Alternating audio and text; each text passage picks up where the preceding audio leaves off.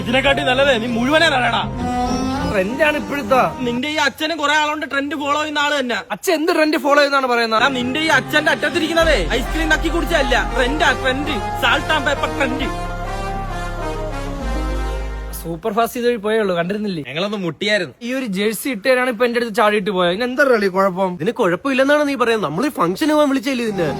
നിന്റെ അടുത്തൊരു പെറ്റിക്കോട്ട് ഇട്ടോണ്ട് വന്നാൽ ഞാൻ പറഞ്ഞ നീ ഇടൂ. ഓരോരുത്തർക്കും ഓരോ കംഫർട്ട് ഇല്ലേ? എടാ വേണമെന്ന് വെച്ച് കഴിഞ്ഞാൽ അവൻ ഏത് കോട്ട് വേണമെങ്കിലും ഇടും. അച്ഛൻ അവിടെ നിന്ന് ശ്രദ്ധിക്കുന്ന കേട്ടോ, നിങ്ങള് പയ്യെ സംസാരിക്കുന്നതിനെ പറ്റി. പുള്ളിക്ക് ജേഴ്സി ആയിട്ട് എന്ത് ബന്ധം? എനിക്ക് ജേഴ്സി ആയിട്ട് ഒരു ബന്ധമില്ല. എവൻ എന്തോ ബന്ധം? നിന്റെയൊക്കെ കൂട്ടുകാരെ എവൻ എന്തോ ജേഴ്സി ആയിട്ട് ബന്ധം?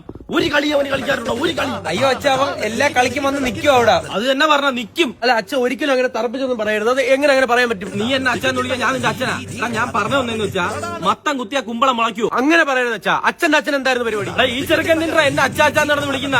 എന്റെ അച്ഛനും ഒരു ജോലി ഇല്ലായിരുന്നു. അപ്പൊ അച്ഛന്റെ അച്ഛനോ? ഷേ എടാ മോനെ, 3-4 തലമുറ എനിക്കറിയാം.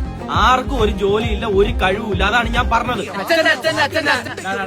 അല്ല ഈ ജേഴ്സി ഇട്ട് എന്താണ് അച്ഛാ കുഴപ്പം? നീ ഒന്ന് നിന്റെ കൂടെ ഉള്ളവന്മാരെ കണ്ടു പടി. കഴപ്പ് കേട്ട സ്വഭാവമാണെങ്കിലും അവന്മാരെ ഡ്രസ്സിംഗ് സെൻസ് കണ്ടാ. താങ്ക് യു അച്ഛാ.